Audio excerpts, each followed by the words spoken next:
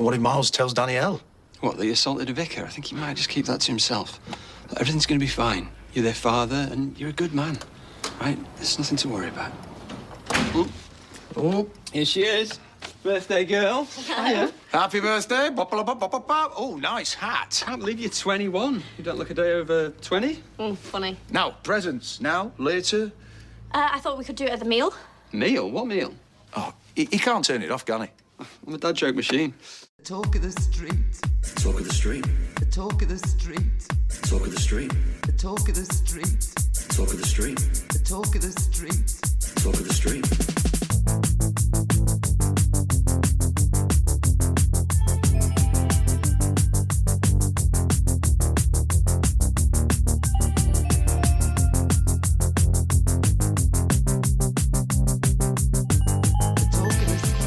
Hello and welcome to episode 371 of The Talk of the Street, an unofficial Coronation Street catch-up podcast that did not see that coming. I'm Gavin. And I successfully completed a Tim Tam Slam. I did not. You didn't. You're not very good at sucking. So there's so many things I could say right now. Maybe you should ask James for some pointers. I have loved our week of Australian chocolate. Yes. And chocolate biscuits. I am astounded that we still have some plain Tim Tams left. The Tim Tams original, I think, are my favourite. Really? Mm-hmm. I prefer the mint. And I really liked Arnott's caramel ones. Yes. Yes, because some of the caramel had smooched out in the airplane ride over. Yes. And so right out of the fridge, it's all like kind of crisp and stuff and oozy right there. It's very nice.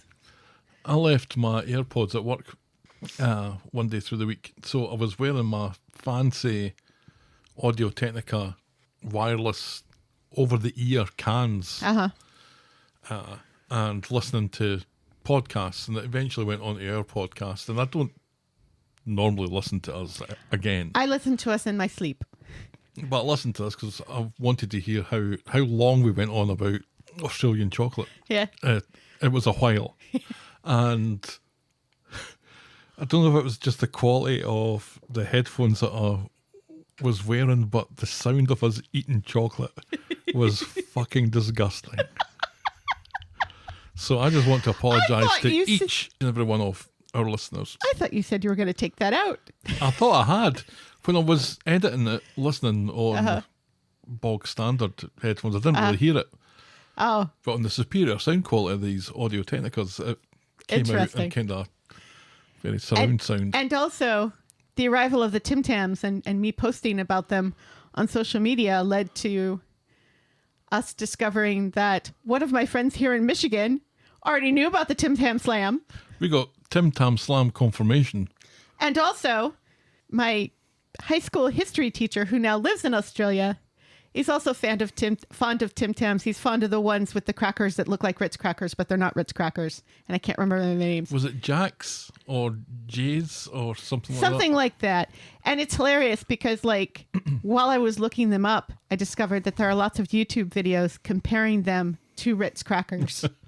So, which just tells me that they are just like Ritz crackers. I think my problem was I wasn't dipping my Tim Tam into my coffee enough. Probably. Because then I couldn't get my nose close enough to the other end of the Tim Tam to start sucking. Yeah. Without steam and You've had that problem before. Yeah, you've got to be careful with this nose. Yes. You don't know where it's been. I do. So anyway, let's not go down this road quite so early again.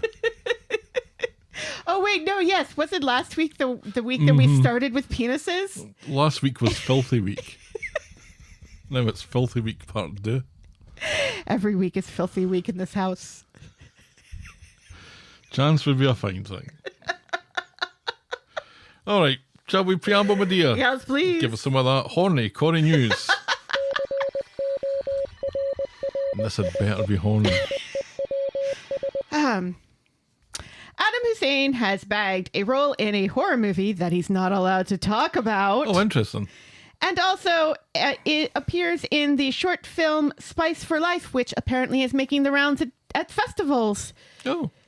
So already doing pretty good for himself, I think. Good stuff, Adam. It's always good when somebody says, oh, I have a role in a movie that I can't talk about. That always just, that's how you know it's an important, well, it's an important movie. Normally it makes you think that there are other people in it who are contractually unable to tell you about Right. this right now. It makes it sound like he's in a Marvel movie or something. Does a little bit. Or a Stephen King movie. But this is a horror movie. Yeah, it's a horror movie. Yeah, and Marvel only did horror in the New Mutants and it didn't go well, so they've never done it again. Except for Werewolf by Night, but that was a TV show, not a movie. Anyway, Not interested. moving on. Werewolf by Night was good. Anne McManus, former Corrie scriptwriter, has died of cardiac arrest at the age of 67. In addition to Coronation Street, she was a co-creator of Waterloo Road and also wrote for a number of other places for the BBC and ITV. And apparently she was the one who came up with the idea of making Haley transsexual. Oh, interesting. Yeah. Yeah. They wanted her to write her out. And she said, instead of that, let's be the first soap to have a transgender character. And it went well. So She also, I think I'm right in saying, was one of the founders of Shed Productions, which I think was bought over by Warner Brothers. what? And they made Bad Girls and Footballers' Wives and Yes. stuff like that. So sympathies to her family. Absolutely. Yes. And finally, the pitchforks are back out as the show aired on Tuesday instead of Wednesday this week. You sound quite emotional about that. People are very angry. People are infuriated. It was weird. I think it was a late change to the schedule, Yes. and Schedule. normally 13 years, Helen. Get used to it. You say garage now. You could say schedule. Nope. Yeah, it didn't seem like there was any a rhyme or reason to it. It wasn't related to sport at all.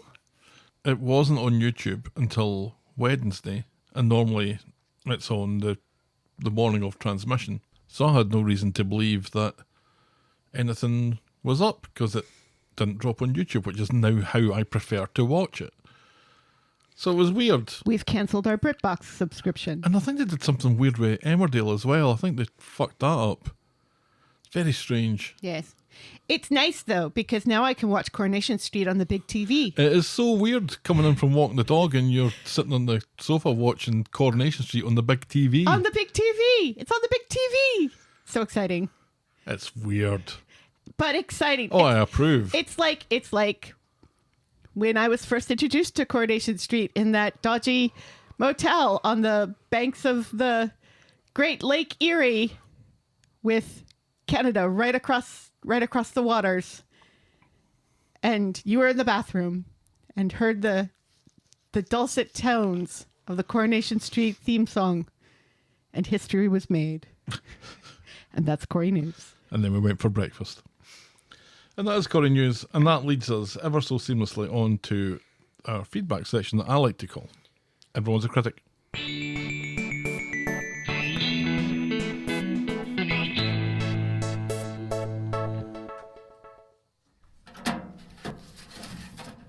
Physical mail! Physical mail!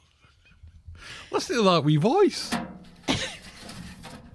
Physical mail! It is physical mail time. It still sounds like somebody throwing It doesn't. something It away. doesn't. It does not sound like that.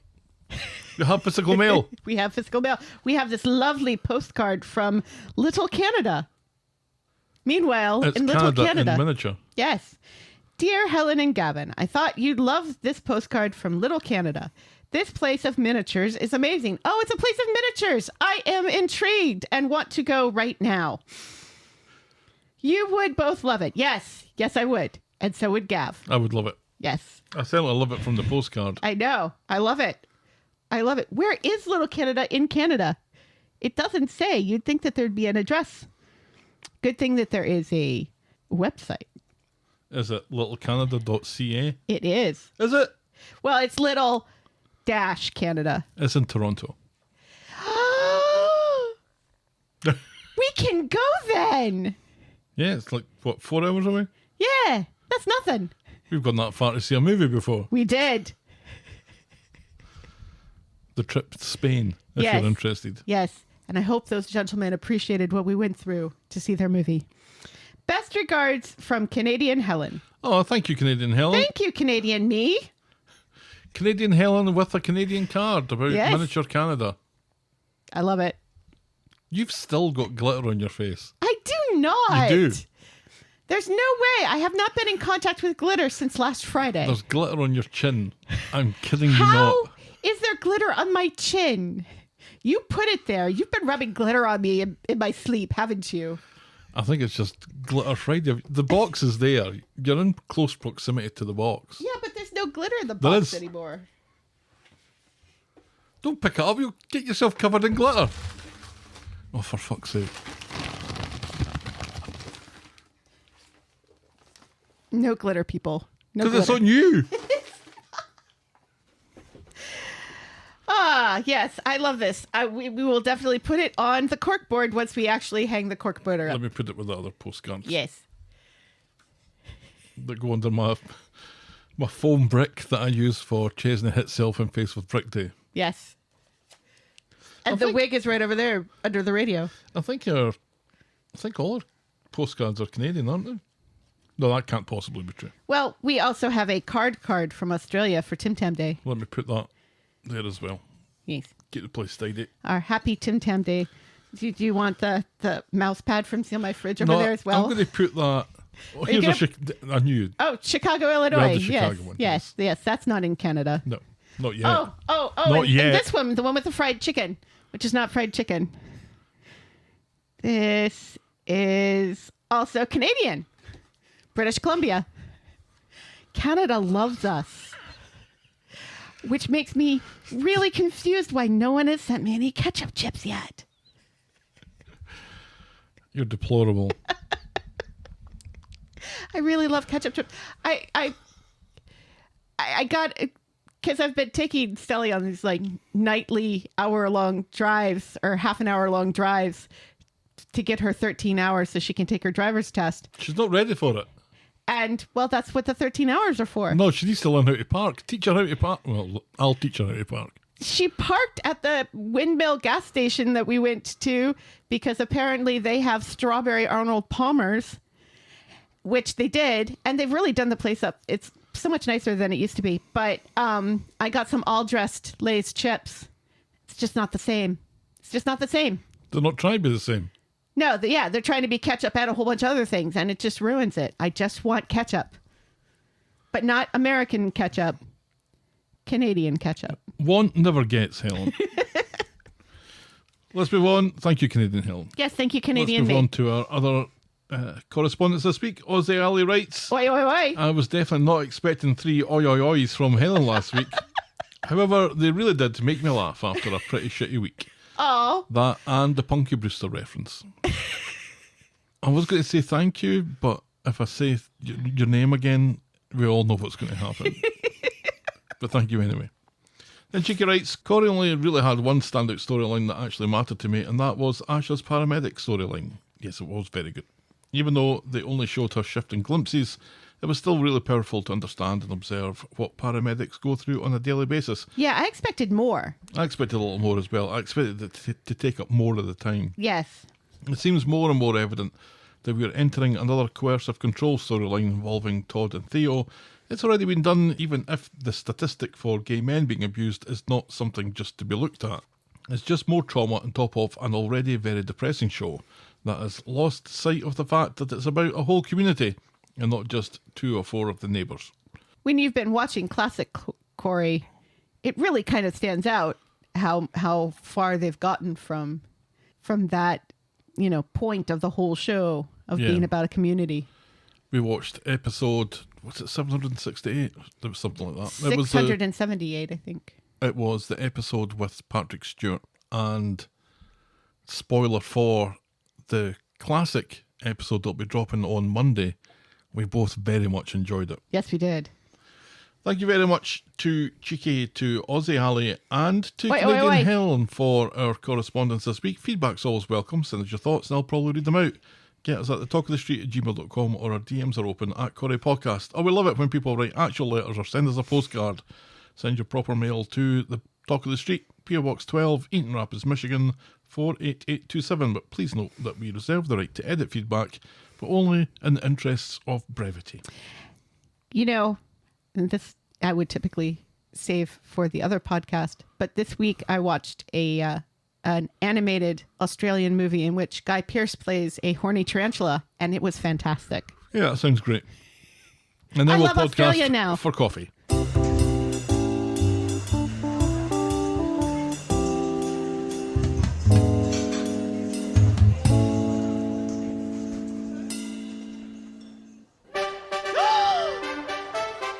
What? Friend of the podcast. We have a new friend of the podcast. Woo! Thank you, AI man. We have a new friend of the podcast. Don't tell people we use AI. I use AI all the time. It's terrible. You're wasting so much water and know. and energy resources. I'll be dead soon. Yeah, but what about the rest of us? We'll all be dead soon. Welcome aboard on that cheery note to Welsh Emma. Welsh Emma. This is, I don't know how this has started. I think Canadian Helen's to blame. Right. Yes. Canadian me is to blame, but it's fine. She was one of our very first fans, and we love her. I'm never comfortable with saying anyone's a fan. Never comfortable saying that. If you send us a postcard, you're a fan. Anyway, this all detracts from Welsh Emma, so let's get back to her. Yes, Welsh Emma. Welsh Emma writes, I've been listening to the pod for about a year. I think I saw you mentioned in The Guardian, and I was like, oh my God, I remember that. I remember I had to tell people at work that I was going to be late for a meeting because I was getting interviewed by The Guardian. Yes. Remember that time that I was interviewed by the New York Oh, Times? we always have to turn it to you. I can't have one thing for me. I think The Guardian is just as prestigious as the New York Times. Anyway, I feel that we're not giving Welsh Emma Okay, yes, back to Welsh Emma. value for money here. Yes. And thoroughly enjoyed listening to you saying all the things out loud that I've been saying to myself while watching the show. Looking forward to listening to the spoiler episodes. They were one of the reasons I became a friend, but even before you added them as bait. Yeah, you see right through us. You see us, Welsh Emma. I've been meaning to subscribe for a while. My youngest daughter has just moved to the US, to Wilmington, North Carolina. So in a strange way, listening to you has made her feel a bit closer. No, makes no sense to me either. But keep up the good work. Well, thank you very much, Welsh Emma. We really Thank you, appreciate Emma. it. Wilmington Welsh is Emma. a gorgeous place. Yes, North Carolina is very pretty. Thank you very much, Welsh Emma, for joining us as a friend of the podcast. It's very much appreciated.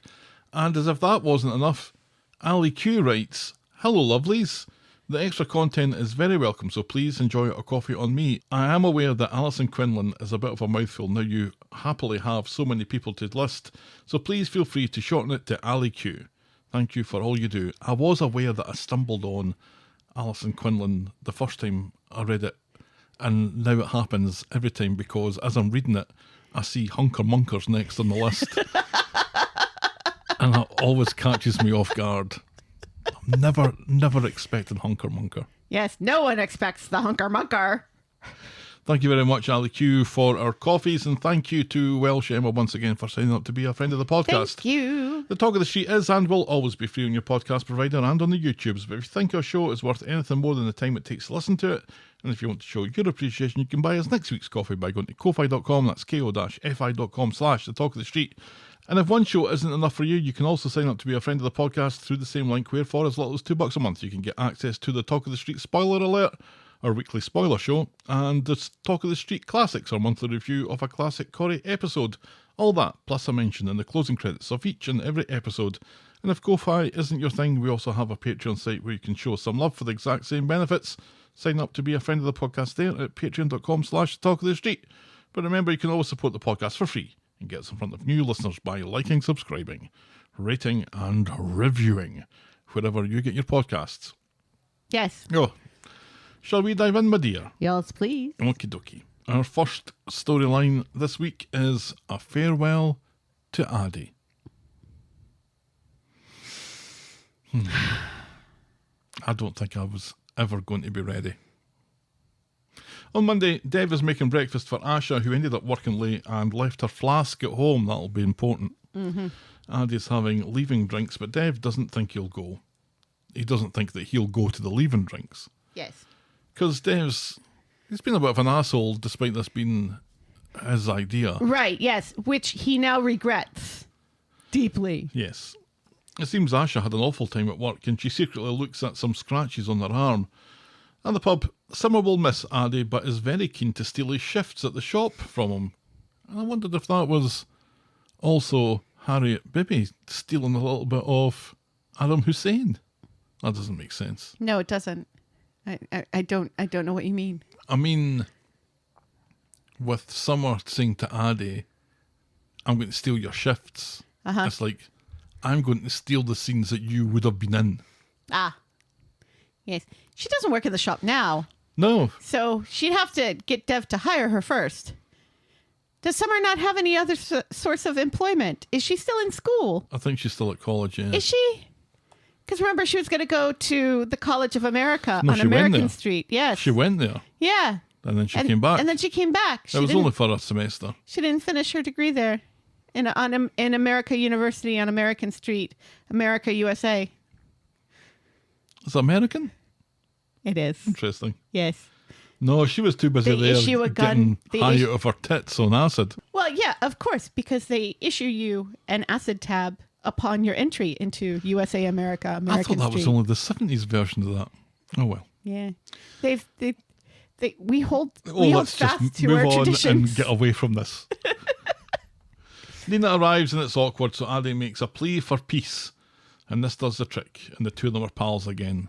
And Amy thinks that, never mind going to India, Aadi, you should be going to the United Nations.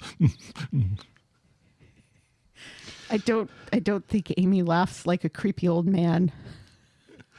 Yeah, Amy's jokes. Amy's jokes are funny. Steve grabs Dev, But not like that. who comes to the Rovers after all with a plan to get Aadi and Amy together romantically to keep him from leaving. So Steve works on Amy and Dev works on Aadi. Amy is very suspicious about this and insists that she and Aadi are just mates and that's And it. creeped out. Aadi gives the same message to Dev, and it's too late for anything else, he says. So Dev tries to rope Asha into this, and to her credit, Asha tells the two of them to talk, which they do. And they agree that they're friends, but they will miss each other like crazy, and they share a smooch while Lauren watches on from behind the bar. What a perfect way to say goodbye, just as Dev and Steve come over with champagne. Aadi takes Dev aside for a word and tells him that he's going to be okay and he's going to make his dad proud, and Dev says that he's already proud. I thought I could talk about this. And the two of them share a hug with Asha, who quickly says that she needs air and rushes outside where she's having a bit of a panic attack. And the panic attack leads to... Oh, please don't. It's a flashback. All right, Cartman. She and her shift partner, Sienna, Yes. they're sharing some banter at the start of their shift in the ambulance, but Asha's forgotten her flask, like we found out about at the start of the episode. Yes. Sienna, apparently, is a bit of a farter. She and her partner... And Asha is a snorer.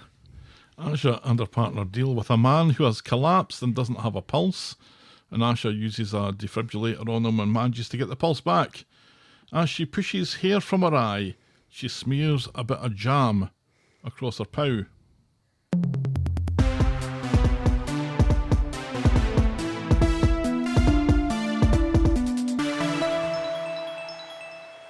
At the hospital, Sienna is bigging Asha up for getting the guy back to life and reassuring her that she did a good job. And Asha's not too sure about this and she doesn't feel like she's done enough, but Sienna's telling her you did everything you possibly could, and if the situation was I needed someone with a defibrillator to bring me back to life, it'd be you that I'd want with me, Asha. Yep.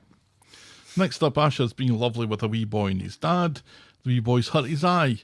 Poor wee boy. Yes. And she gives his teddy bear an eye patch Yes. because he's now a pirate bear. Even though there was nothing wrong with that teddy bear's eye. No. And with the NHS cuts. Later, they find out that the man from earlier has died, and this seems to upset Asha more than it should. Like, she managed to bring him back to life, but only gave him 10 minutes or whatever. Right. Sienna tells her to have a break and a good cry, and she'll feel better. But there's no time for this, because next they have to help an old lady who fell down at the precinct. Once again, Asha is wonderful as she helps the old dear, but then there's a drunken Karen who fell over in the street. Karen is a bitch, and she's drunk, and there's nothing broken even though she's making a big deal about her foot. Well, her shoe is broken. Sienna goes to help Karen's pal, also Karen, Also drunk. who's vomiting in the gutter. And when Asha refuses to take the first Karen to hospital because there's fuck all wrong with her, Karen turns nasty, accuses Asha of patronising her, calls her a moron. And when Karen slips on the way out the ambulance, Asha tries to rescue her, and Karen tells her to get her filthy hands off her, scratches her, and then spits on her, and then throws her bottle at the ambulance, saying that she should have waited for the white one, Sienna, to help her. I don't know, there's something about spitting Yeah. that's just so reprehensible. It's Yeah. just like one of the worst things you can do to degrade someone. Who even does that anymore? Right?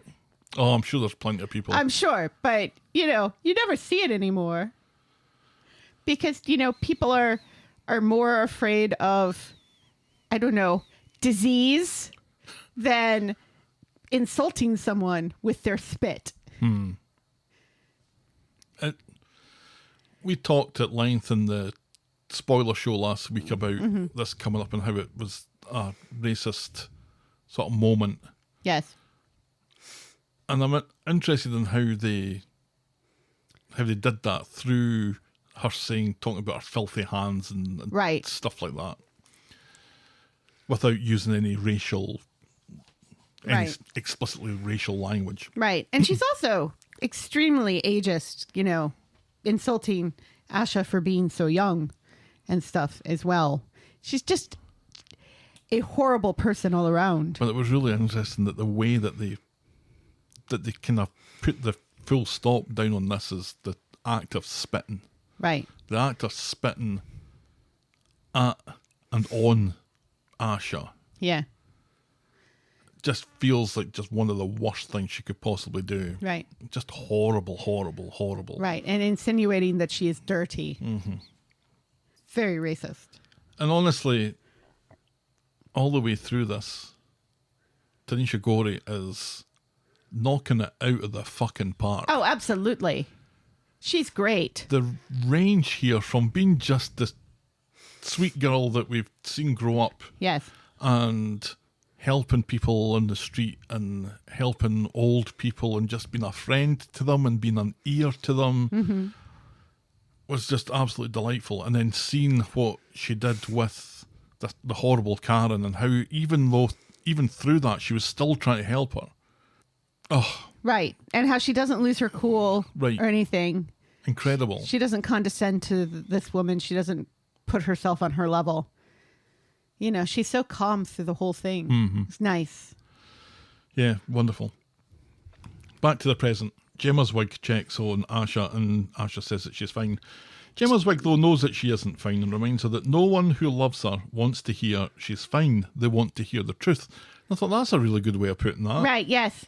And then she talks about, the psychic abilities of twins to know stuff. Yeah. And how she understands how she's going to miss Aadi, but, she can call Aadi on the phone. She can video chat with Aadi. And she doesn't say, I can't do that with Paul, but that's unspoken in the room. Yes, very much so. Yes, because it's her and Paul's birthday, as you can tell, because she has big, massive pinback buttons on her boobs. Yeah, she does. Which was so Gemma. It was so Gemma. It's good, though, that through the connections that Asha's got, she has these moments. And she had the moment with Gemma's wig with the twin thing, and she'll have a moment with Swain later on. Yes. That also is very useful. Mm-hmm. But Because lesbians stick together. that's right. That's what it says on the badges. Even though technically, Anyway. I believe Asha is still bisexual. There's a lot of bisexuality going on in the show this week. Was it? Yeah, she went out with ITV Corrie. That would put you off men, right, love? It would. It would.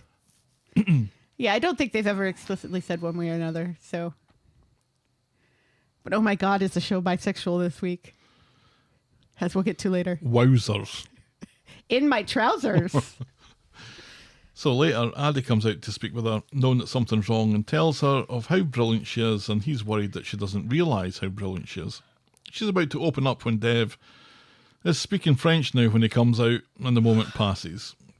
Back in the pub, everyone thinks Dev speaking French. she's just sad that Aadi's gone. Aadi, meanwhile, is apologising again to Lauren, who doesn't seem keen to accept, but then decides to let bygones be bygones because he's leaving. Aadi grabs Asha again and tells her that if she wants him to stay, he will. Asha's never going to go along with that and tells him how happy that she is for him and she'll come visit. She's getting upset, so she goes home. He asks her to tell him when she's home safe, so at home, 4 doors down, she records a voice message for Aadi in which she tells him that she'll miss him worrying about her. She says that she doesn't know if she'll be okay if he leaves. Maybe she's not cut out for this. And she's worried that she's in over her head and she's messing up. And people think she's strong, but she's weak. And she's terrified all the time. She tells him that she needs him and begs him to stay because she really needs him and doesn't know what she'll do without him. That was so sad. It was. I will happily admit I had a little tear in my eye at that. Of course. Back at the pub, Aadi realises that he has a voice note from Asha, but when he listens to it, it's a different message. Yeah. And she's telling him that he's going to smash it and how proud she is of him. Later, a drunken Dev and Aadi come in and Dev decides to make jam tarts. Despite being woken up, Asha manages a smile. Now, I remember... And we learned that Dev has the Mary Berry cookbook. Jam tart is rhyming slang for fart. So it all goes back to Sienna farting in the ambulance. Yes, and Asha snoring. They're like us. You're the snorer. And I'm the farter. I think we both do a little bit from both columns. That's what you say. Here I'm willingly accepting farts as... You can't possibly sit there and tell me that you don't. No, because I do. But I don't snore. Oh, dear, dear Helen. I would record you, but it's just an awful thing to do to somebody. It is. It is, and I would just record you back. I know I snore. I'll happily admit it. I've been afraid a few times that you've died because you snore and then you stop breathing for like a minute and then I have to punch you and then you start breathing again. Yeah, I'm pretending that I'm swimming under the water. On Wednesday, Dev wants to treat Aadi to a farewell lunch and is disappointed when Asha is dressed for her shift as normal, which means the time to say goodbye for them is now. Yes, the time is now. Asha struggles to keep it together. Dev takes Aadi to the bistro and Mary has her flight socks on standby if she's ever needed in Mumbai. Aadi has a gift for Mary to say thank you. It's a beautiful pendant with the Monopoly Scotty dog on it. That's quite nice, isn't it? Yeah, because they used to play Monopoly together when he was a wee boy and it had a different head. Mary would love that. Yes, she would. And I think she she does does. love that, Yeah. yes. And they reminisce about playing Monopoly, which is cute. It's Amy who's serving at the bistro, so they share an awkward secondary goodbye. There's nothing worse than an awkward secondary goodbye. Right, yes, when you've already said goodbye to someone and then you see them again before they leave. It's terrible. So when I was in Scotland in February, on the night before I'm coming home, I'm sitting in the hotel lounge with my cousin David and his wife Kitty. Yes. And Kitty is lovely. I'm so very loaded, Helen. And so I've got an early start. I've got a 5 o'clock, 6 o'clock flight or something like that. So I'll leave them to it. Right. So we're standing in the lounge area of the hotel and we're giving each other hugs and Right. stuff. And I said, right, I'm off. And I head to the elevators and David says, well, I need to go to the bathroom. And the bathroom's at the elevators. Yeah. So you see him again. So we're walking silently, side by side, as he goes to the bathroom and I go to the elevator. And then it's just like, okay, I'll see you because Yeah. I hugged you for like a minute. Right. already. And that's already awkward. Yeah. Because he's so much taller than you. No, he's not. He just seems really tall. I'm taller than him. Really? Yeah. I think it's the hair. The hair makes him seem Yes, taller. my elderly cousin David with his afro. Anyway, later Asha is working her shift when she attends a car crash on Victoria Street, and it's Aadi's car who's gone into the skip like Leanne did when she was driving with Havre on Coronation Street, remember? Sure. But there's no sign of Aadi. Then he and Dev show up in Dev's car, Dev loudly announcing that Aadi's was in for an MOT and had been stolen. Asha is shaken up, so they take her home for a cuppa. She insists that she's okay and tells Aadi to go fuck off to India then. The young crew show up to say cheerio to Aadi, who takes a last look around, jumps into Dev's hybrid Renault, and then they leave the street, and that's him away. That's him out. That's him gone. No black cab, because No black cab. Dev's got a fancy got a new car. electric car Yeah. that he's going to take him off in. Right. Yes, of course. He just takes a little look around halfway through a Wednesday episode, and that's Aadi out. So Aadi was going to drive his own car to the airport. I don't think so. And then leave the car at the airport for, I don't know, Dev and Asha to pick up later? No, I don't think that was happening at all. What is going on here? I think for some reason, probably plot, Aadi's car has already been taken to the garage, and Dev was driving Aadi to the airport when they saw Aadi's car crashed into the skip.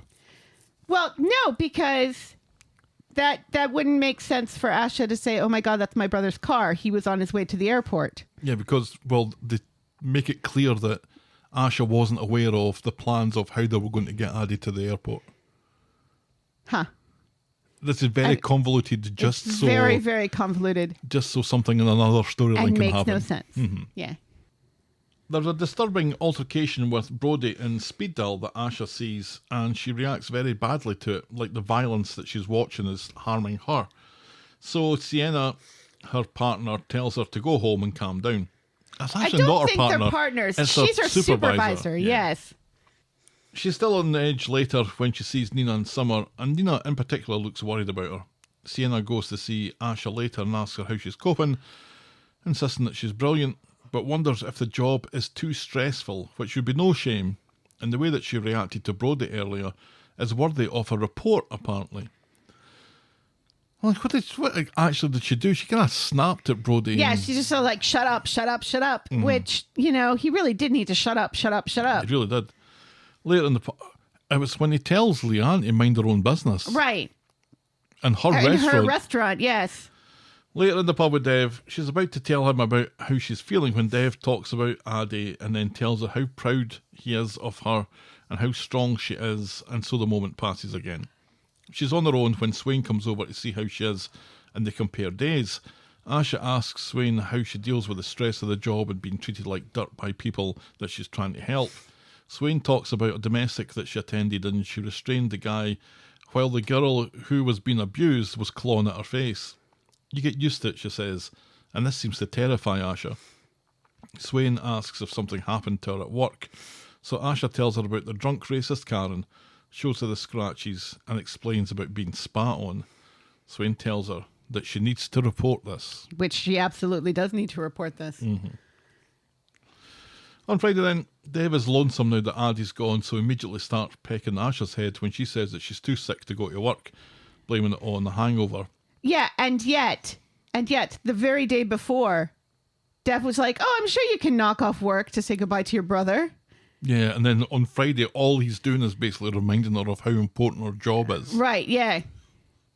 Oh, Dev. Oh, Dev. Asha's not impressed by this and goes back to bed. Later, she's annoyed when she's forgotten Summer's birthday, but Summer and other girls in the young team are understanding and have made plans to get fucking wrecked on a pub crawl later. Asha doesn't go though. Instead, she goes to the pub with Nina, and of course Sienna shows up and is very disappointed to see Asha on the bevy when she's supposed to be all gastric and stuff. Asha apologises for lying, blames it on being too gassed in the morning to go to work. Sienna wants to know if Asha is struggling, and Asha says it was just a bad week and she'll be back rearing to go on the next shift. Sienna agrees to keep quiet about this, but Asha is on her last warning. Yeah, and she still doesn't talk to her about the incident No. that happened. I don't know. It kind of felt like she would have heard at least some of what that woman said to Asha. You'd think. Or she would have known that there was a chance that that could have happened and they would have talked about it at the time. Or she would have noticed the broken glass and the smear of cheap wine on the back of the ambulance. Mm-hmm. And they would have talked about it. How did that happen? What's happened? And you'd think that they would talk about it right there and then. Mm-hmm. But they don't. She talks to Swain about it. Mm-hmm. But she talks to Swain about it after she's been drinking. Right, yes, because she doesn't tell Swain in the Rovers. She tells Swain once Swain walks her home because she's plastered. Yep. I was so pleased, though, that they didn't try and do this. Because for a moment I thought, oh, please, Asha, don't make a pass at Swain. And I'm glad that that didn't happen. And instead it was Swain being there and Asha really needing An adult ear to talk to. Yeah, exactly. But there's a scene that I sort of skipped over where Swain tries to talk to Asha about this the next day, and Asha's not really sure what she's told her because she was drunk.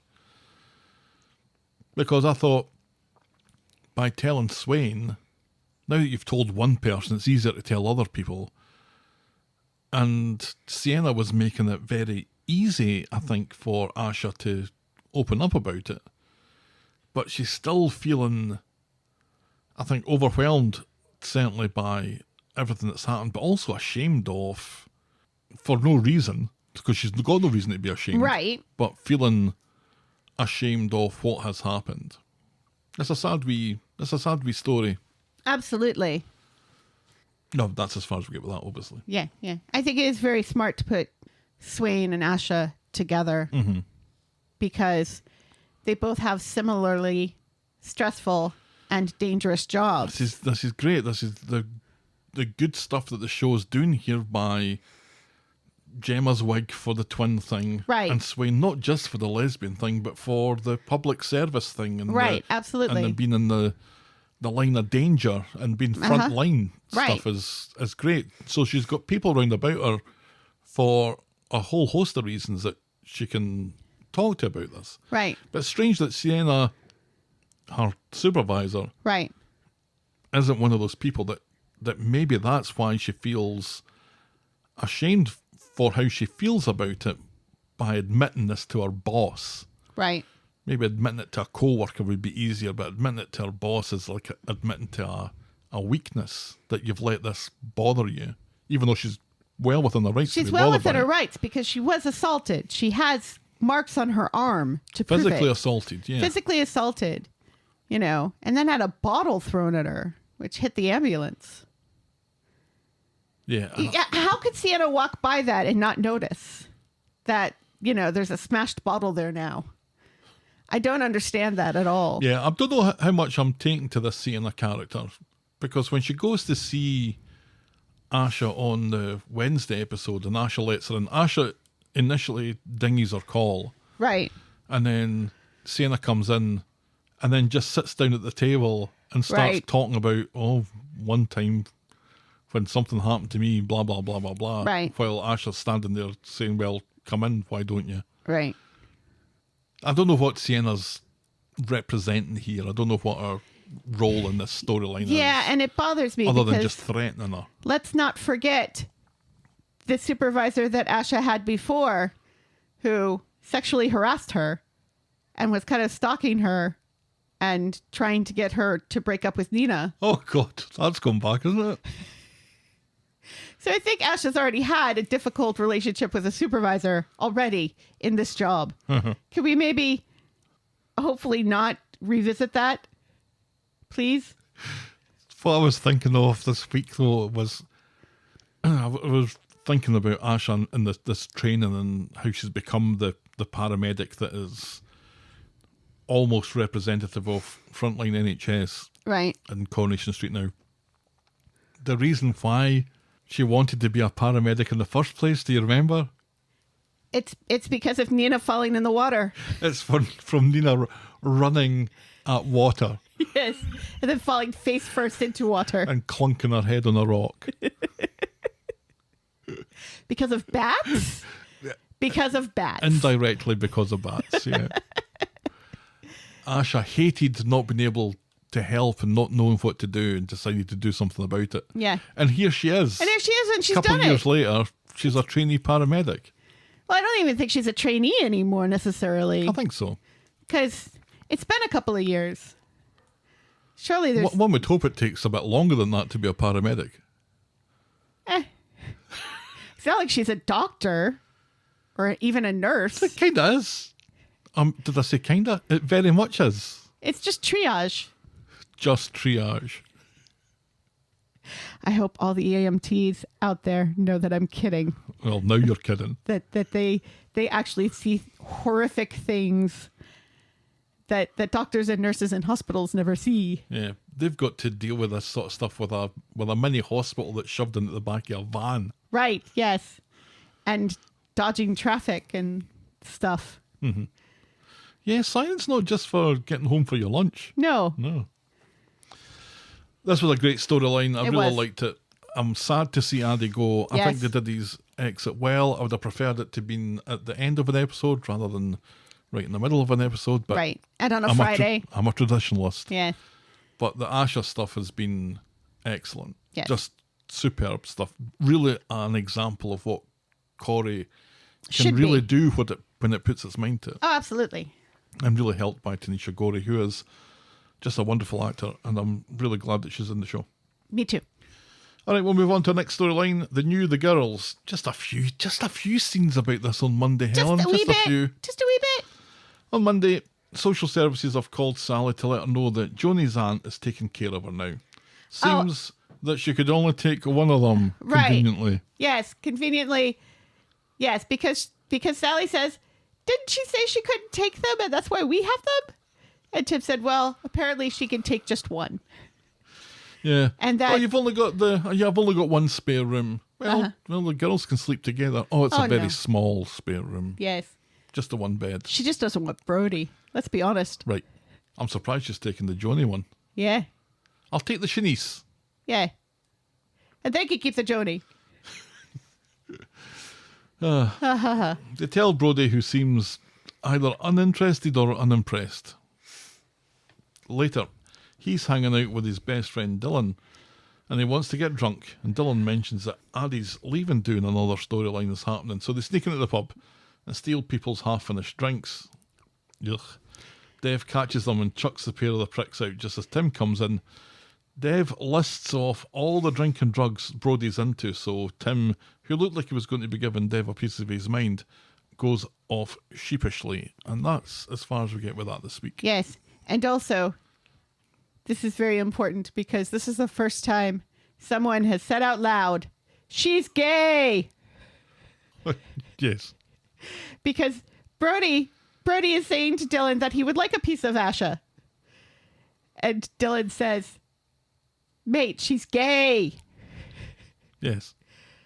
And Brody is sad. He has no chance with Asha anyway. No. Even if she was still interested in men, which, Well, he's still school age, isn't he? yeah, he's far too young for her to begin with. And also, he's gross. Absolutely. Yeah, nothing really much to write home about that. Just the weird situation of an aunt who's picky, I guess. I guess. The more I think about it, the more it's kind of weird that there aren't really, except for Betsy, there aren't really any young women Brody and Dylan's age on the show. Yeah, they go through phases of this, don't they, when there's just a really small population in particular Right. groups. Well, it's like we've got Nina, Amy, Asha, and Summer, all of the same age group.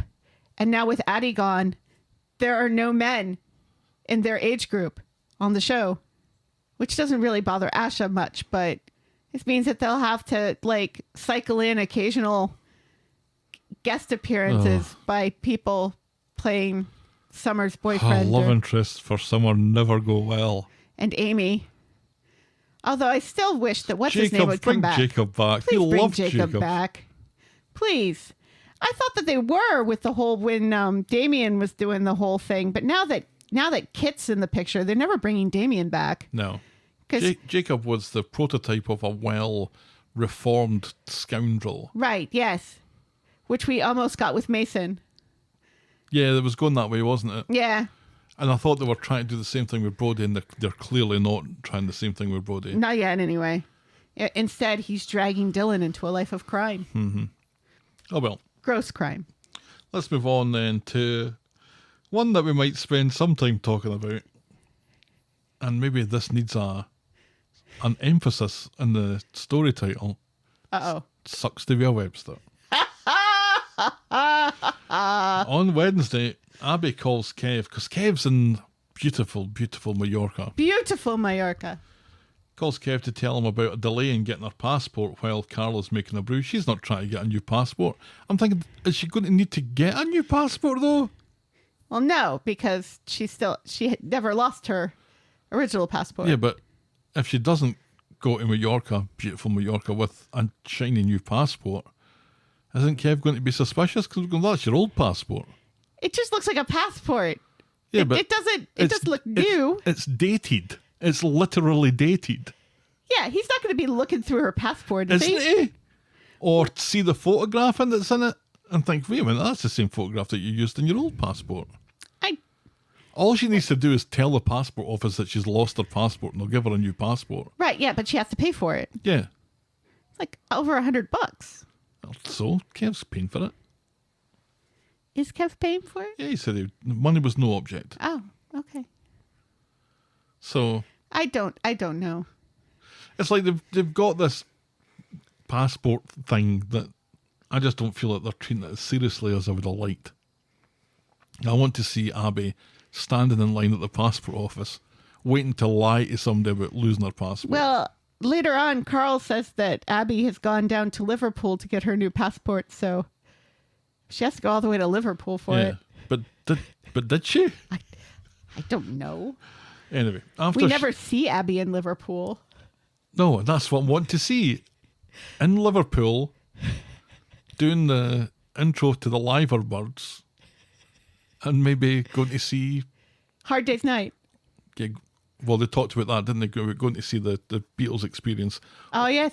or going to Anfield, or that shipbuilding yard where they built the Titanic. go to Bootle, just because it's fun to say. It is fun to say. After she ends the call, she tells Carl about a great idea she's had. Why don't we all move to Germany? Carl, who has run away from his failing role as Volkswagen CEO, stutters a non-committal response. Abi has planned to appeal to Tracy's compassionate side in the meantime.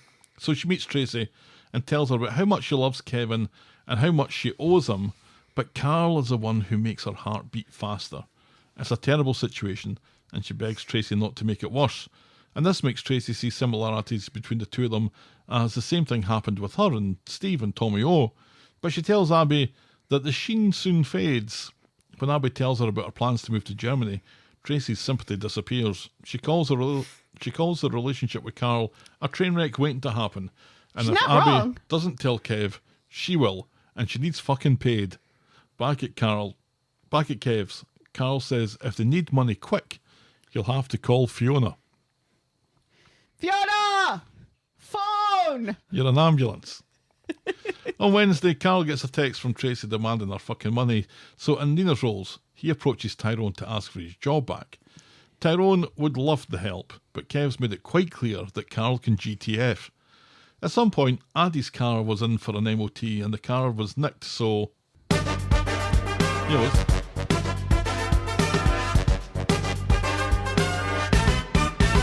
Swain. appears to do some detecting.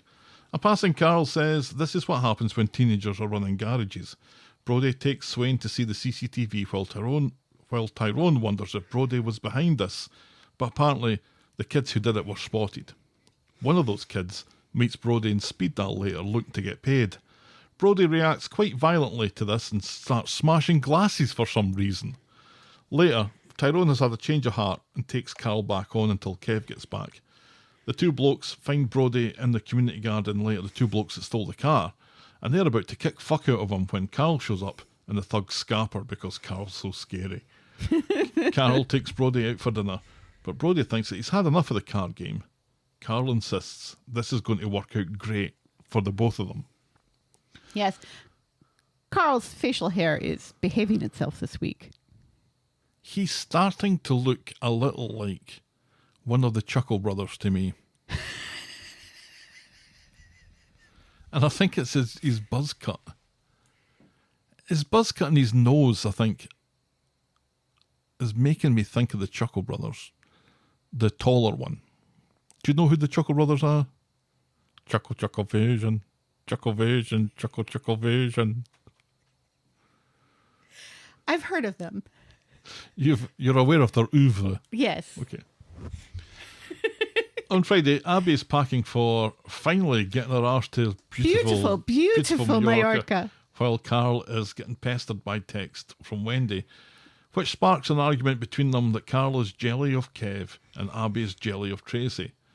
Once they clear that up, they agree that they're the only one they want to be with, and they arrange for a quick sesh at lunchtime for some more intercourse. At the garage, Tyrone arrives with Ollie's car and instructions to prepare a report for Dee Dee. Carl recognises that this is a car from a garage that Fiona deals with, and he offers to do the report after he's finished this super important pickup job that he needs to do first. So with Carl off doing that, this allows Dee Dee to come and get on Tyrone's tits about getting this report done as soon as. So Tyrone reluctantly agrees to drop everything and get the report done pronto. She's just lucky he's already finished his tea. Yes. I'm on me break. Meanwhile, Tracy runs into Abi and demands her money, otherwise she's going to squeal like a pig to Kev. Abi calls her a sad and lonely bitch who no one wants, especially with that fucking coat. So Tracy tells Abi that she snogged Carl because they're both 12 years old again. Abi doesn't believe it, but secretly she believes it. And anyway, this gets Tracy's back up somewhat. Carl gets back and shits his pants when he learns that the report's already been written by Tyrone, and Tyrone has confirmed that the brakes were fucked and the car should never have passed its MOT. So Carl gets back to Kev's in a tizzy about the MOT thing, and Abi is still 12 after all as she accuses him of snogging Tracy, possibly with tongues. He insists that he loves Abi, which comes as a bit of a shock to her, and she says that she loves him too, but she's just struggling with the lies. Haven't you got a Majorca to fuck off to, says Carl. So Abi does that. Later, James is in the pub and sees Carl in a bit of a mood on his phone. He talks about the personal training thing and suggests getting hot and sweaty will help him get over his worries. A passing Tracy agrees, wink, and offers to help. Carl knocks her back and gets stuck into Glenda's lamb chunks instead. You know what? Just fuck her, Carl, and then this all goes away. Just do it once, get it over with, and then it's done. And you don't need to find 10 grand. Just fuck her. Because this is all she needs. Yeah. Because she seems to think that no man could possibly turn her down. This is what gets me. She thinks that she's an incredible catch. Now, she's an attractive woman. But her reputation precedes her. And it's not inconceivable that a man of a certain age might not find her someone to die for exactly. Right. But she still thinks that she's 22 and got the world at her feet. Right. Yeah. And she's not 22. She's wearing that jacket. And she's the only one that's saying that she's hot. Yep. Just fuck her. Close your eyes. Get it done. Move on with your life. All this drama goes away. Later, Tracy turns up at Carl's room at the rape hotel looking for her hole and was secretly recording him. Why was she secretly recording him? Because I think she was expecting him to not knock her back. And So then she'd she have would some have proof some proof for Abi. Right. Yeah. So when she doesn't get her hole, she demands her money instead. She goes off in a huff, and Carl goes back into his room where he is in the process of fucking James. Woohoo!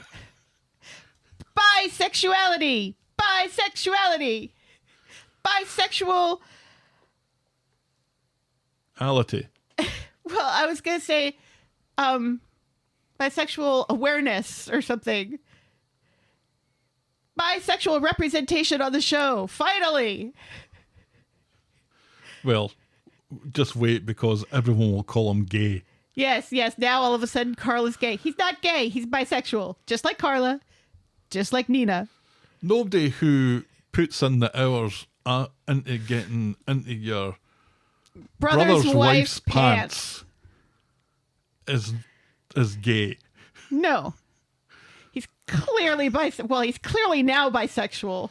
Was he clearly before bisexual? No, he was not clearly before bisexual. Did you get any hint that this was going to happen? No! I saw the spoiler and I was like, oh, this is just like the whole Ryan and Dr. Alley thing, isn't it? This is not really going to happen. But then I noticed that it was in the same white outline that the show is stolen from us. And I was like, wait a second. Everyone does that. They do not. Everyone does. They do not. The Scottish football programme does it. We did it first. I might have stolen it from the Scottish football programme. And then Coronation Street stole it from us. But it wouldn't be the first time that there was a theft like this. London. But anyway. Wait, London? Yeah. I didn't see this coming. And, apparently neither did James until he did. But I am also all for it because they were clear. It was so horny. It was so horny. And with a horniness that we barely got to see with Billy and Paul. And we only kind of sort of see with Todd and Theo when they talk about being horny. Right. This was horny. But they don't kiss. And maybe that's what makes it hornier is we don't see them kiss. We just see them in towels and we see one of them in bed and and then throwing the cover back. Throwing the cover back. Here I come. There's the bobby. Go get it. And there's another one. 2 bobbies for the price of 1. Yeah. There was so much sexual tension in that room. It was awesome. No, namby-pamby, ooh, vicar stuff. This was sexy. The problem with Billy and Paul, well, Billy. Theo and Todd, I think, have it a little bit more. But it's ruined by Theo being, coercive. But yeah, this was pretty horny. It was. It still doesn't make James interesting. It makes James a little interesting. I think it makes Carl a bit more interesting. It definitely makes Carl a little more interesting because, nobody expected it. Carl is the Spanish Inquisition. Well, nobody should have expected it. No. And I don't think anything that we watched led up to it. Watching it again, and you can see James is kind of watching what's happening between Carl and Tracy here. Yeah. That's really the only clue, and that's not much of a clue. It's not much of a clue at all. And also the whole going over and talking about getting all hot and sweaty together. But unfortunately, this morning, the show's social media spoils it for anyone who sees it. Right, yeah. And they spoil it by playing the clip in the hotel room. Yeah. Stupid. Why the fuck would the show want to do that? It's so stupid, and it spoils the joy of discovery. Because if the last time this happened, when they didn't spoil the outcome, I think was when Seb died, and I wasn't expecting Seb to die. And when he died, I was like, holy shit, fucking, they've done it. They've killed off Seb. And I feel like I'd have had a reaction along those lines tonight if I hadn't known, thanks to the stupid show and their stupid social media. Right. Blowing it for everyone. Yeah. Not like that. Yeah.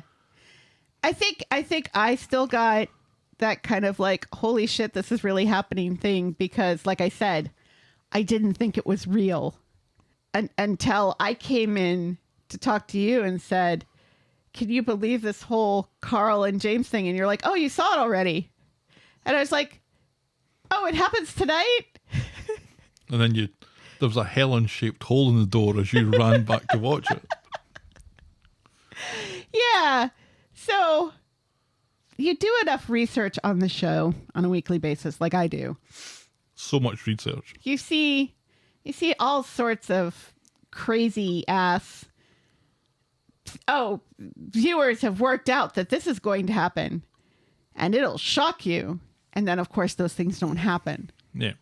So you get a little callous about this whole thing. But yeah, it was great.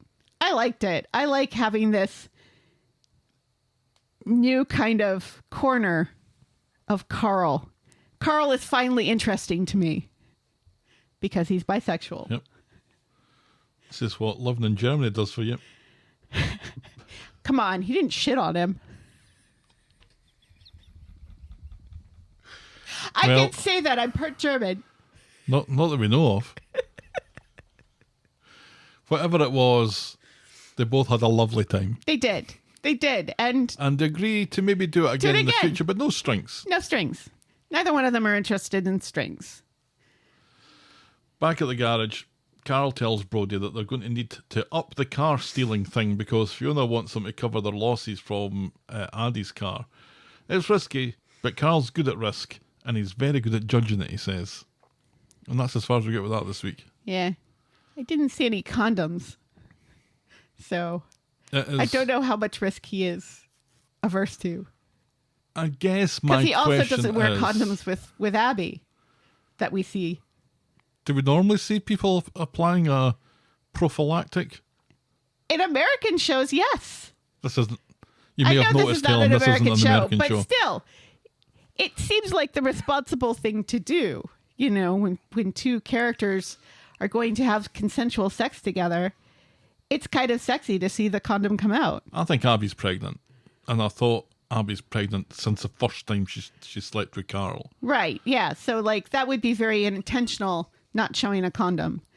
But not showing a condom with the whole James thing seems irresponsible. But my question is, Because James is probably on PrEP, but I don't think Carl is. on the day, I don't know what that means. On the day That's when fine. on the day when Carl tells Abby that he loves her is also the day that he bangs James. Yes. Yes. Which is because he doesn't really love her. Obviously. Do you think not? No, of course not. Then why is he chasing after her for so long? Because it's fun, because he likes risk, because of the thrill of it. This is like climbing Mount Everest for him. Having sex with your brother's wife. Because remember, he wasn't exactly excited about, oh, let's all move to Germany. And I know that he has money problems in Germany, and that's part of the problem. But he also doesn't say, I've done Germany. Let's move to Spain or Austria or Austria's a third country. Interesting. America. Austria is near Germany. I don't know It if you're is. aware of this. It is. That's why I said Austria. Spain, not so much. No. Well, yeah, France is in the middle. Sometimes I wish we did have cameras in this room. One would be pointing at my quizzical face at the moment. One would be pointing at my hands, doing Geography with Helen Broom. weird things with geography. Anyway, or America. People love to go to America. People used to love to come to America. Canada, then. There we go. There we go. Everybody wants to be Canadian. Canada, the acceptable America. Or Florida, America's Florida. Is that, no, it's, I don't know. I can't remember what the I phrase just- is for that. It just cracks me up that, 60 years ago, there's a Looney Tunes cartoon with Bugs Bunny sawing Florida off of the country, and it hasn't aged a day. Did I genuinely feel that?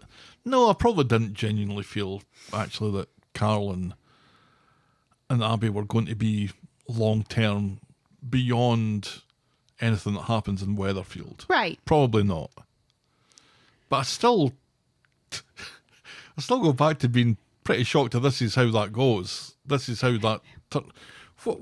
What's the conversation that leads to what happened there? Well, we don't get to see it because obviously they couldn't write it. No, they absolutely couldn't. Because it would mean that something would have had to have happened at the pub for them to both go back to Carl's room. And I can't imagine either one of them saying something explicit to one another under the watchful eye of Glinda. Right. Yeah, because Glinda's got an eye on Carl as well. Which... He's an attractive man. He's not. He looks a little bit like a Chuckle Brother. I will give you that, but...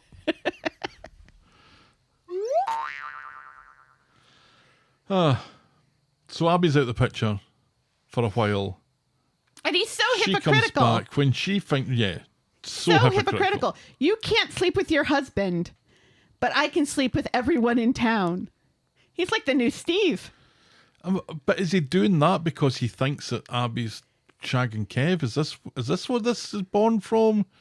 See, this all goes back to making Abi an important part of his life.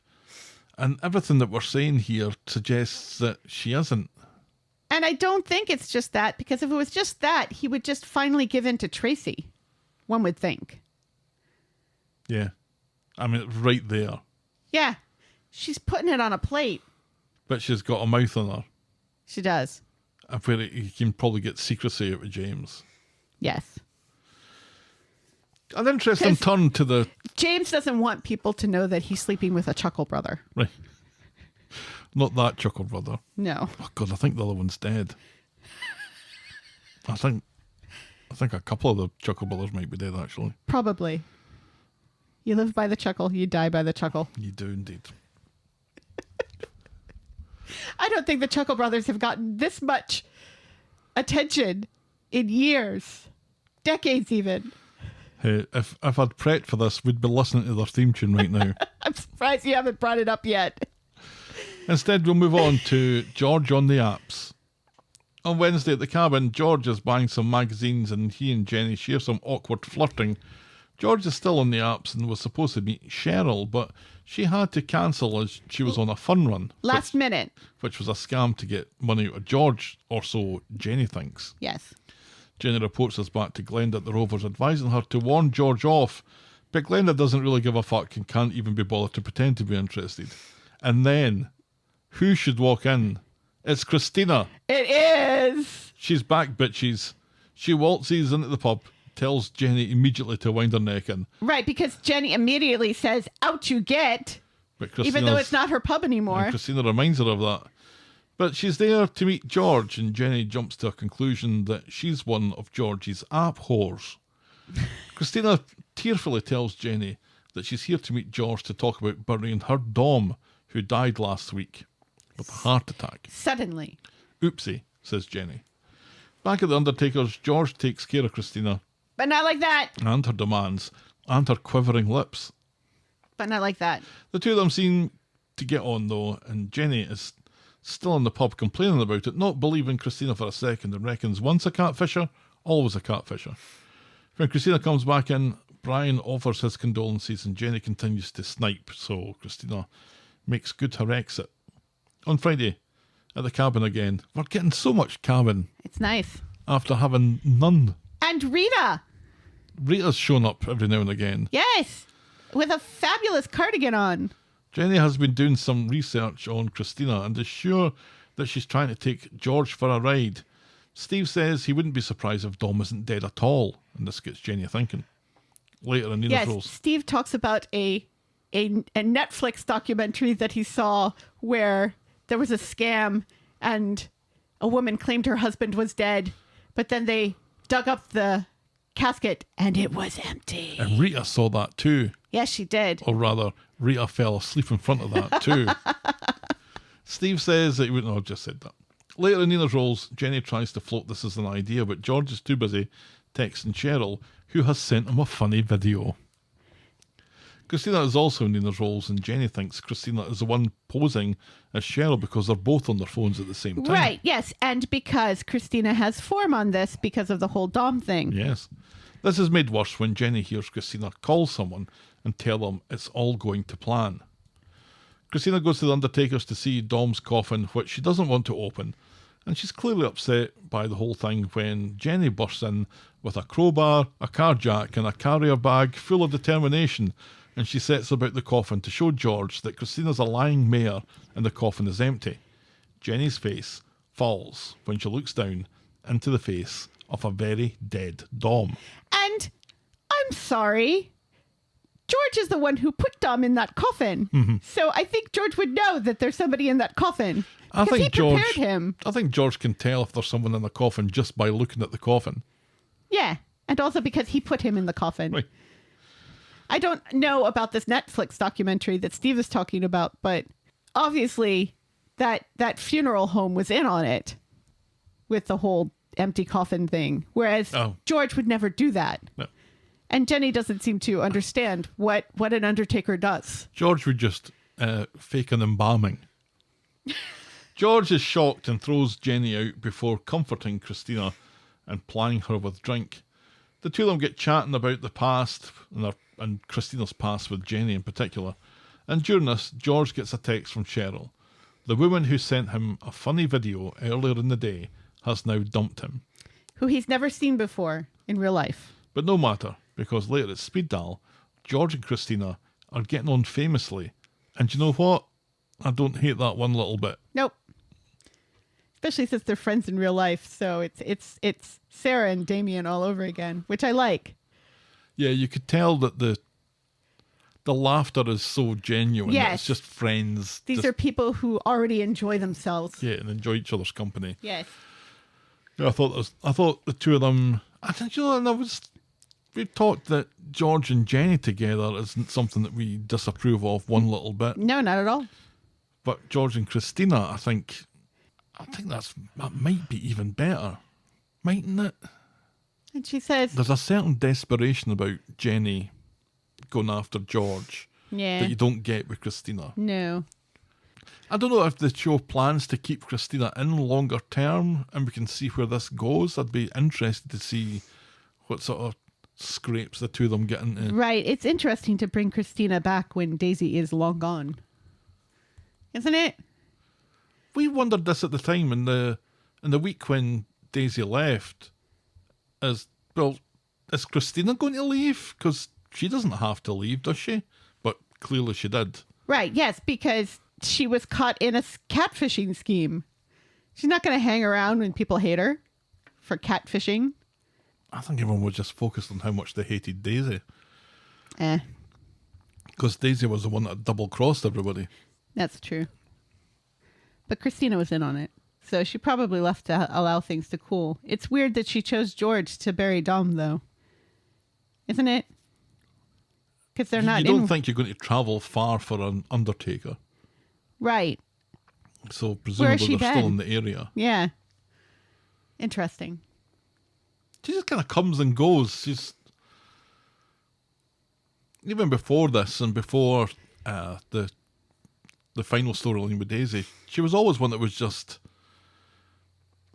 She would just appear for an episode and disappear for months, and then She reminds me of Claudia, yes, who was also a character I loved for just being very, very big in personality and hair and just breezes in, wrecks some lives, and then breezes back out. yes, a very temporary force. And it's hilarious because with Claudia and Audrey, there was also a hilarious spoof with a coffin. Poor Nigel Havers. Poor Nigel Havers. Yeah, I like the idea of this. And another reason for Jenny to hate Christina, there's nothing wrong with that either. Nope. All right, our final storyline tonight is Theo No Sleeves. And I'm just going to go, ugh, right now. And hopefully not go, ugh, again. Yeah, sure. On Monday, Theo runs into Gemma's wig outside Nina's Rolls and she invites him to her birthday drinks at the Rovers, which also serves as a birthday for poor departed Paul, who is floating in space somewhere. Yes. She remarks how nice it is to celebrate Paul's life and how it's cool that Todd and Billy still got on, don't you think? Says Theo. But he pretends that he didn't know about it and announces he's making a fancy veggie curry for dinner for Todd because Todd's such a fat bastard these days. You notice that started, by the way?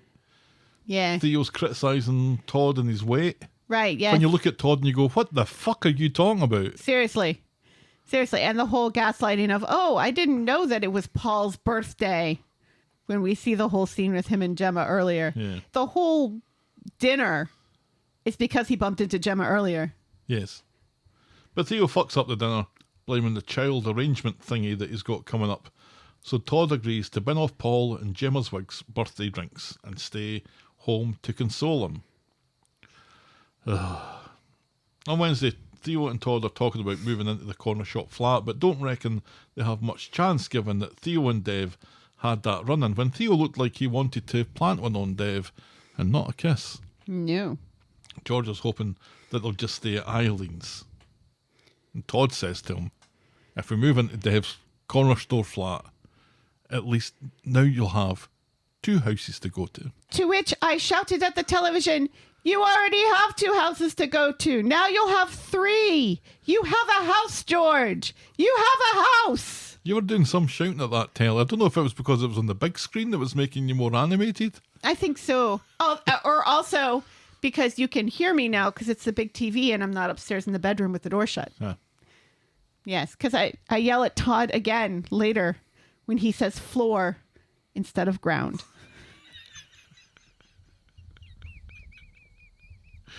That is so Helen. Focus on that bit, Helen. That's the important bit. It's not a floor. It's a sidewalk. Privately, Theo has another go at Todd about being a bit of a chubber, but then Todd gets a curt message from Billy, and we don't really find out what that is. But Theo's concern is unwarranted as they get the flat after all. They decide that trying to get something out of Dev on the day that his son's leaving the country is a good thing because he'll agree to anything. Yes. Which I don't believe for a second. No. That's the day that Dev agrees to nothing. Yeah. But Theo's concern... Oh, I've just said that. Gary and Maria, who they tell, are thrilled by this. Yes. Then Noah arrives looking like a horse is stamped in his face, and he tries to wind everybody up. A passing Billy tells Noah to keep on walking. All the non-homophobic people convene in Nina's roles to talk about what to do with the scoundrel Noah. The bishop apparently can't do anything because Noah has left the church. Maria's quite shocked to see how badly Noah was beaten up and then eyes Gary suspiciously. It's just a wee bruise around his eye. He's got It's really he's got faded. stitches up here and he's got stitches under his eye. Oh, boo-hoo. Well, you're saying it was scratches. Yeah. It was scratches Hold that him required down. stitches. Hold him down. I'll do the other eye for him. Later, Summer, Billy and Todd see Noah with Miles this time. Billy decides to go to Bible wars with the two of them, and they throw verses at each other for about pew, pew, pew, pew. Billy advises Miles to read the whole of the Bible before he starts quoting shit at an ex-archdeacon, thank you very much, Right, yes. and offers to pray with him. But Miles, who we last saw trying to attack Todd, this time successfully attacks Billy, He shoved Billy. grabs him by the ears, and wrestles him to the ground. Wasn't expecting that. The ground, Todd. The ground. Oh, sorry, wrestles him to the floor. Oh, would you shut up? Billy turns the other cheek. Walk with the wise, become wise, he says, which might as well be in Chinese for Miles who doesn't understand it. Yes. Todd. He only understands the homophobic parts of the Bible. But yeah, Miles really does shove Billy. Yes. Quite hard because he falls on the ground. Yeah. And Miles falls with him.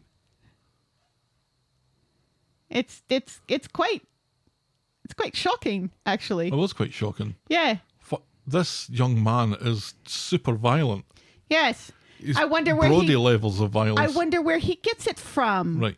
And also, let's not forget, he was in on his sister's stupid pretend pregnancy as well. Was he in on that? Yeah, remember? She's on the phone with him when she buys the fake tummy that we never get to see.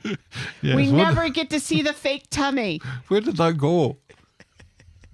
It was delivered to the wrong house, obviously. Brian's got it, hasn't he?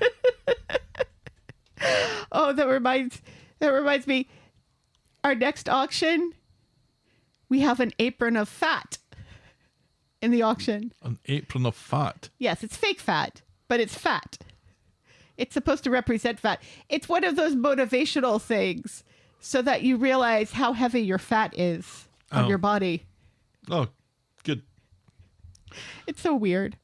Todd tries to play this down, given it's Theo's son, and Billy and Summer tell him to suck their collective balls. We can't ignore this. Violence is violence.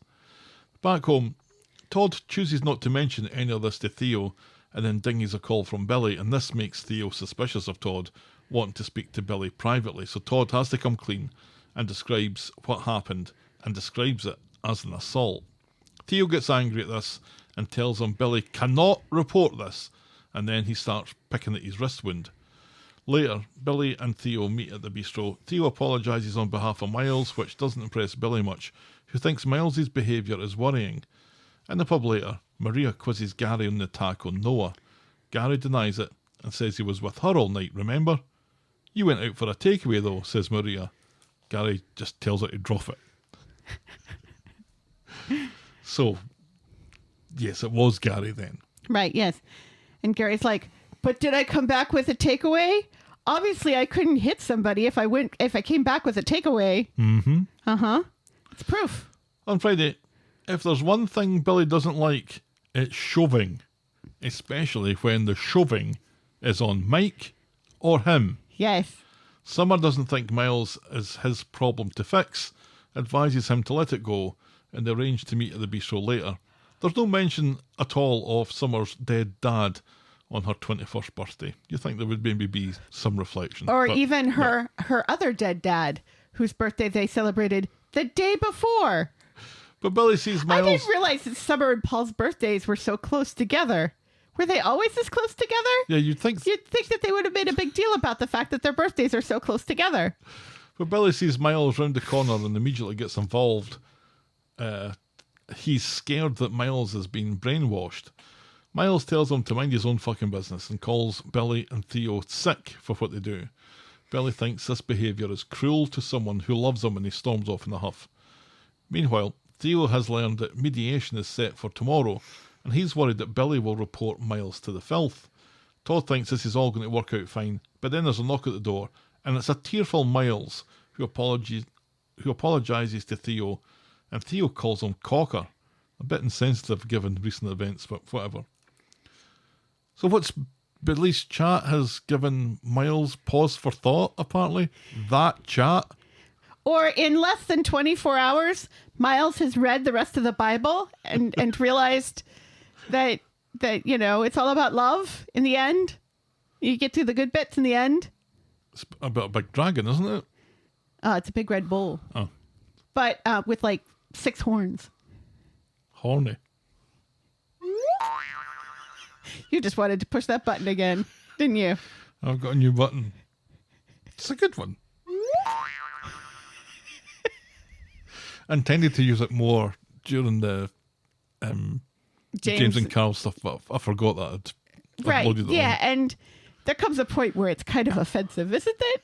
But this? Yeah. I don't know. Depends on how you choose to take it. Huh? Yes, Miles has finally read the whole Bible and is now sorry. Todd, Theo and Miles go to the bistro for Summer's birthday do, and Billy is very upset to see Miles there until Miles apologises. Todd is keen to put everything behind him.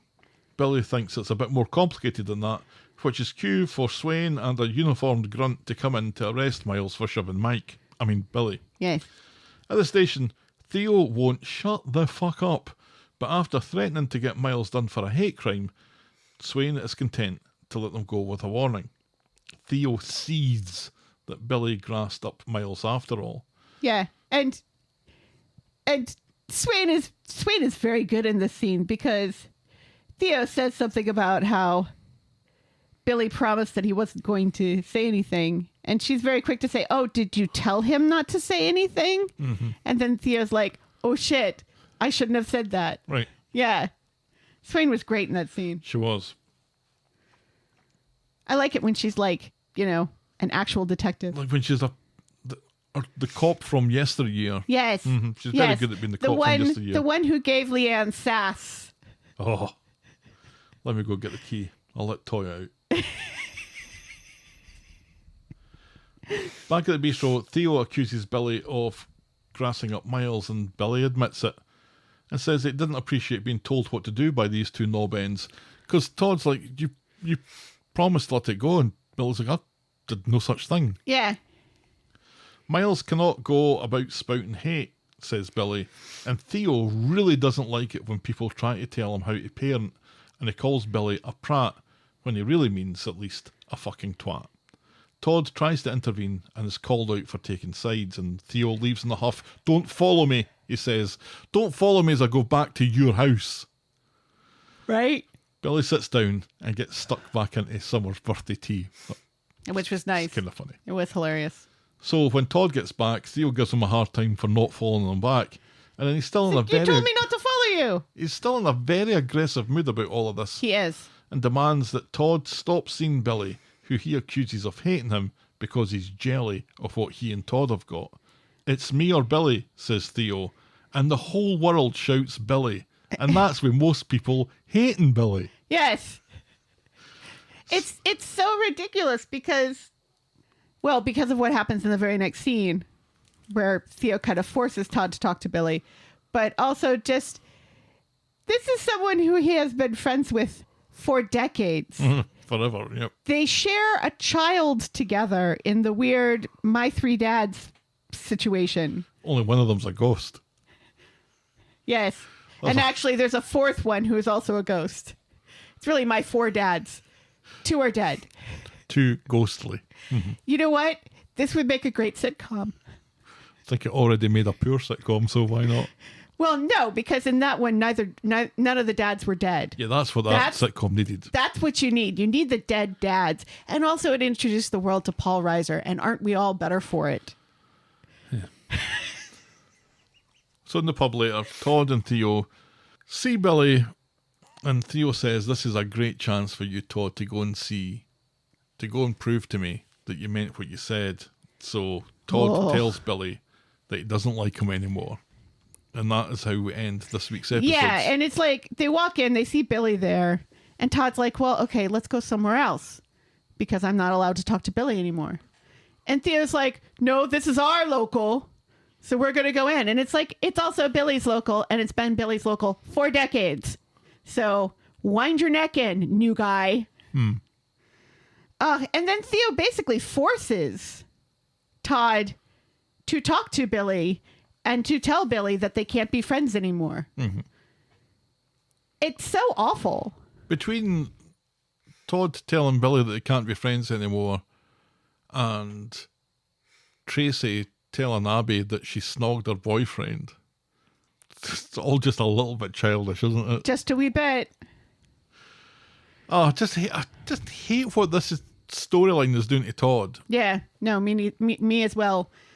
Because remember, we hated it. We hated watching what the coercive storyline did to Yasmin, who was such a cheerful, funny, brilliant character, and then just became this wisp, of a human being. And I don't want to watch that again with a character that I love. No. And you'd think the show would understand that. The show is making us root for Billy, and nobody should ever root for Billy. No, I hate this. I hate seeing old sanctimonious Billy and being absolutely 100% behind him. I know. It feels very alien. He still very poorly quotes the Bible. Because he doesn't even give chapter and verse, whereas Noah very quickly does. Of course, that's the only verse of the Bible that Noah seems to know. But, He's got it tattooed in his hand, I think. Probably. I don't know. The show is asking an awful lot of me to go along with Todd not immediately saying, you know what, get the fuck out of my house, Theo. This is done. It just seems, and I know that this is not how this coercion works, obviously.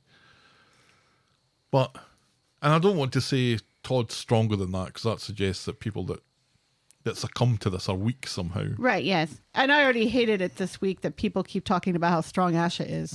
Like, shut up, Such a please. strong woman. Such a strong woman. Todd is such a strong woman. But there's honestly nothing in Todd's character, I think, old conniving, scheming Todd, that would fall for this. If anything, he would be the one that coerces someone else. Right, yeah. This is Todd, the guy who hands out his business cards in the hospital. Right. Oh, your dad's dying? And Here's my card. as much as I loved Yasmin, I could kind of see that happening to Yasmin. Well, yeah, because she's already been through a horrible marriage before. So it was easier to go along with that, and also it was played out at a very much a slower pace. Yes. And, you know, this was my complaint even before the coercion started. You'll recall that I said, like, from the very beginning, the Todd I know would not get in a relationship with a man who is still very much closeted and very much doesn't know what he wants and is in this sort of a personality. 100%. Come back to me when you've figured yourself out. Right, exactly. Especially since we have seen proof that he can get it elsewhere. Where's that fun gay man who wanted to know all about George and Eileen's sex life? Who may or may not have been Welsh. Where is he? Did he go back to Wales? Bring him back. Raphael is right there. Raphael Is Raphael gay? Raphael is a gay man that I want to see more of. So please, dump Theo, get together with Raphael. Or, you know, get James back. Because I would have approved of that as well. James and Todd together, as much as I think that James is a snore fest, Right. the two of them together might have worked. Right, yeah, because James is very confident in his sexuality now. No. This isn't the James of like 3 years ago. So this James would totally work with Todd. I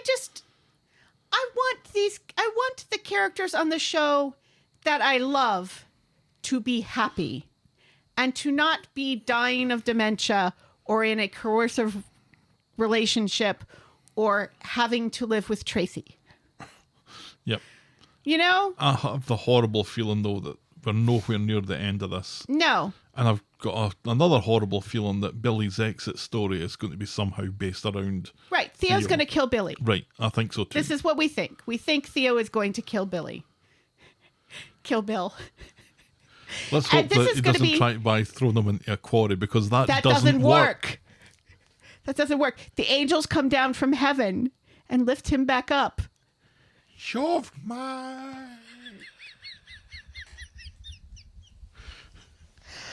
Oh, God. Yeah. Yeah, and I really have no appetite for this being a long No. story now that we've got to this bit of it. Right. If we'd played it at the pace of Yasmin and Tim's dad, then maybe. But it's already so similar to that. Yeah. If only Theo... It's still fresh in our minds. Jiggle it, Theo, as you have your hospital radio show. Right, yes. Or if, you know, he was the magician that Billy is threatening Summer that he's going to hire for her birthday. Oh. The Yeah. great... What was it? The great whatever. I don't remember. It's bad enough Billy makes Summer wear that it's my 21st birthday hat Summer... while she's wearing a green jumpsuit. There was a little moment of Summer brilliance Yes. when she sees... I think it's Billy and Todd Uh-huh. walking down the street, and she runs after them. Uh-huh. And she goes, "What you got?" Because Yes, it's a because it's cake. their cake. Yeah. Loved that. Yes. I just loved that. That was great. And it's like, oh, see, here's this family healing after the death of one of the dads. you know, and coming together and being a unit, you know, and Todd and Billy putting aside their differences out of the love of summer, which is nice. And then Theo has to ruin it. Yeah. Oh, well, that was the week that was Coronation Street. Helen, tell me, what was your moment of the week? Asha's voice memo. Oh, beautiful stuff. 100%. It's giving me goosebumps just thinking about it. Gorgeous. That was just so good and Gorgeous. so sad. Brilliantly played, brilliantly written, Yeah. and just directed really well as well. Oh, absolutely. Just all around, what a fantastic scene. That's our Moment of the week. Our moment of the week. your boring moment of the week. Steve buying bonbons. He called Rita Senior Rita. Senorita. And she seemed, the way that she reacted makes you know this isn't the first time. Yeah, I think maybe Steve buying bonbons. Why not? That's our Because again, this is 2 weeks now that we've gone with no Ken, no Daniel, and no Chesney. We've got a little Chesney. We get a little Chesney, but he's not boring because he doesn't say anything because it's Gemma's birthday. So Gemma is the one doing all the talking. it's just sitting there in the pub. Right. Supporting his woman. And her big, giant pinback boobs. Yay! On to our Yay Mates section where we ask our Twitter followers to rate this week's show in terms of Yay, Meh, and Zzz, and the voting was Zzz, 39.2%, Meh 24.3%, and Yay 36.5%. So I kind of love it or loathe it this week. No comments from our Twitter followers to back any of this up. Right. But it doesn't matter because we don't let this influence our scores, Helen. No, of course not. What would you give this week's show out of 10? 7.5. Do you know, I was on 7.5 as well. I thought it was great this week. Yeah, I for the most enjoyed part. it. I could do with less Theo. Obviously less Theo. And I do like the way that he's been played. No complaints about that, but I just don't like this storyline. And we get an awful lot of it. But the George stuff was great with Christina. Jenny in the coffin. So good. That would have been, if it weren't for Asha, that would have been my moment of the week. Yeah, me too. And then we also got this shock of bisexual Carl that no one was expecting. No, nobody expects the bisexuals. And the Asha and Aadi stuff was all super. Yeah. I thought this was great. If you didn't like this week's episodes, I really don't know what to tell you. I don't know that it's going to get an awful lot better than this. No. On just a regular week. No. I thought it was pretty good. Yes. All right, let's wrap this one up then.